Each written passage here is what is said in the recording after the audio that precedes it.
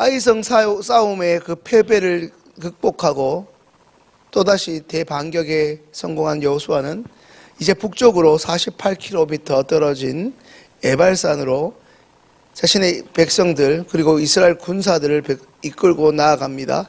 그곳은 적군의 주둔지도 아니었고 전쟁터도 아닌 곳으로 여호수아는 이스라엘 온 백성을 이곳으로 이동시켰습니다.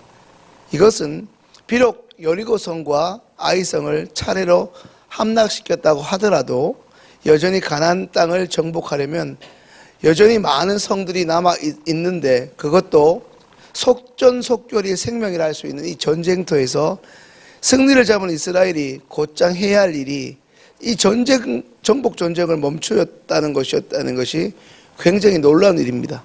계속 전쟁을 해가야 되는데 지금 전쟁을 멈추고 있다는 것입니다. 대부분의 이스라엘 백성들과 심지어 적군들도 이제 다음 성으로 공격을 감행할 것이라 예상을 하고 있고 거기에 대비하고 있을 무렵 정작 지도자 여호수아는 가나안 정복 전쟁의 가장 큰 난관이라 할 수 있는 요단강 도하와 여리고성 그리고 아이성 정복을 정신없이 끝마친 자신의 군대들이 일종의 휴식이 필요하다고 판단했습니다. 이것은 잘 아시는 축구 경기로 비유하자면 이제 전반전을 끝낸 심판이 하프타임을 선언한 것과 같습니다. 지도자 여호수아의 이와 같은 하프타임 선언은 이스라엘 전 민족에게 일종의 육체적이고 정신적으로 숨을 고르고 숨을 돌릴 뿐 아니라 전열을 재정비하게 하는 계기를 만들어 주었습니다. 또한 이와 같은 여호수아의 하프타임 선언은 하나님의 약속의 땅 가나안에 들어가려면 반드시 이 에발산을 찾아서 거기서 오늘 말씀처럼 단을 쌓고 예배를 드리라는 명령을 전임 지도자 모세에게 내리신 하나님의 뜻을 받드는 것을 의미하기도 했습니다. 오늘 본문에 기록된 여호수아가 일종의 진경 명령 대신에 온 이스라엘 백성에게 내린 이 하프타임 선언과 함께 더불어 행했던 몇 가지 일을 통해 우리가 배워야 할 교훈을 한번 살펴보겠습니다. 첫 번째는 우리가 서 있는 곳, 우리가 살아가고 있는 삶의 장소, 그 초소를 하나님을 예배하는 장소로 만들어야 한다는 것입니다. 여호수아와 그의 백성이 아이성을 무너뜨리고 이동하였던 이 에발산은 잘 아시는 것처럼 저주의 산으로 지명된 곳이었습니다. 그런데 하나님은 왜 그 에발산에 제단을 쌓고 번제와 화목제를 드리라 말씀하셨겠습니까? 그것은 잘 아시는 것처럼 에발산에서 훗날 드려지게 될 지금 에발산에 드려지는 제사는 훗날 갈보리산에서 인간의 죄를 위하여 죽임당하실 독생자 예수 그리스도의 그 십자가 사건을 예표했기 때문입니다.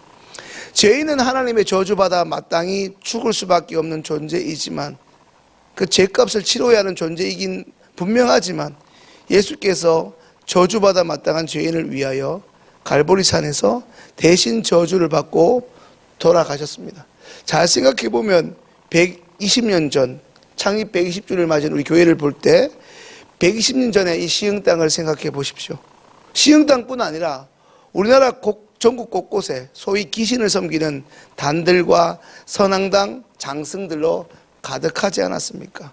여전히 우리 교회 주변에도 보면 여전히 무슨 도사 혹은 무슨 처녀 귀신인가요? 이런 점집들이 여전히 있지 않습니까?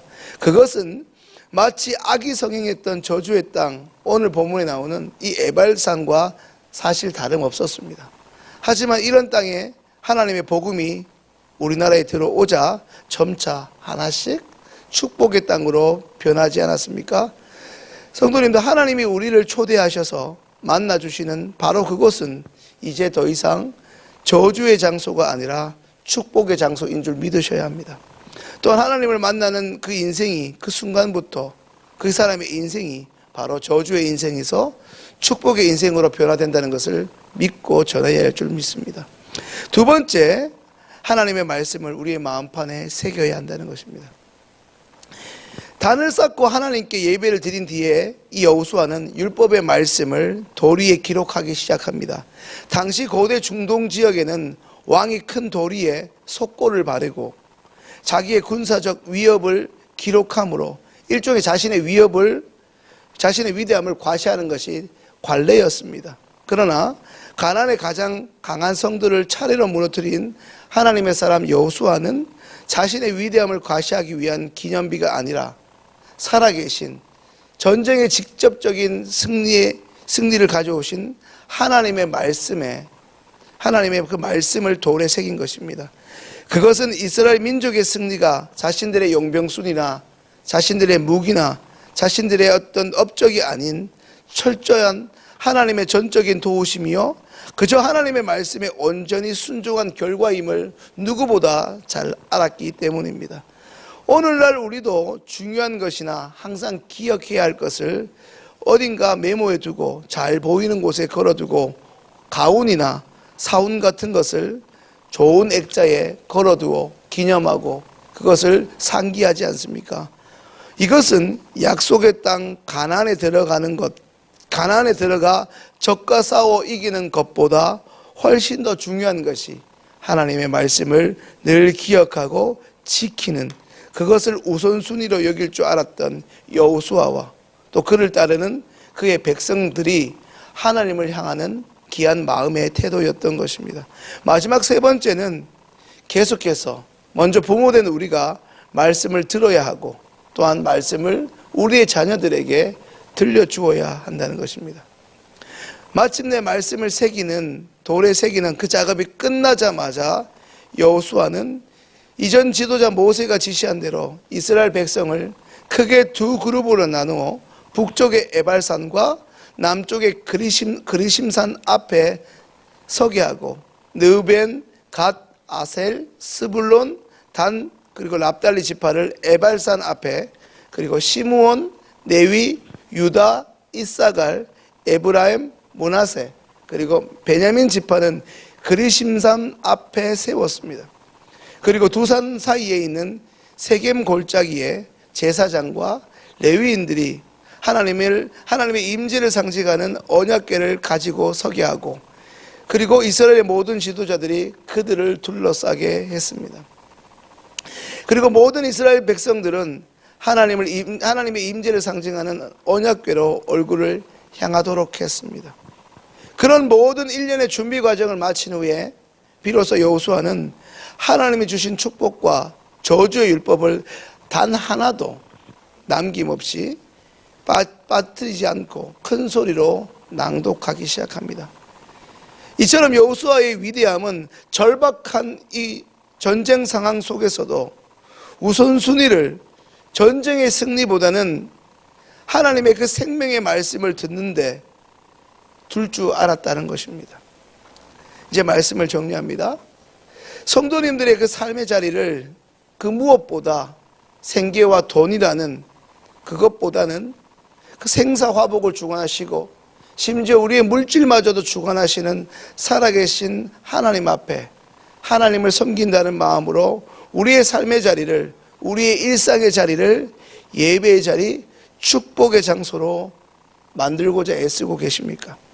하루에 얼마나 하나님을 바라보고 예수님을 인식하시고 주님의 말씀을 마음에 새기고 계십니까?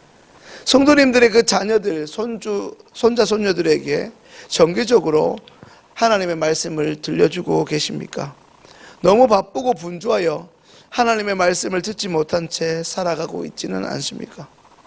하나님을 사랑한다고 말하면서 우리가 하나님의 자녀라고 말하면서 우리는 정작 하나님의 말씀을 들을 시간이 없을 조차 세상의 일로 바쁘지는 않습니까?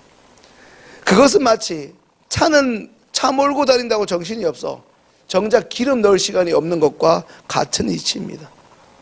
오늘 이 새벽에 우리의 기도의 우선순위가 전쟁에서 이기고 세상에서 잘 되는 것이 아니라 마치 여호수아처럼 하나님 당신이 하나님의 뜻을 이루는 그 자체가 목적이 될 수 있는 기도를 하나님께 올려드리는 복된 오늘 하루, 이번 한 주의 새벽 되기를 간절히 소망합니다.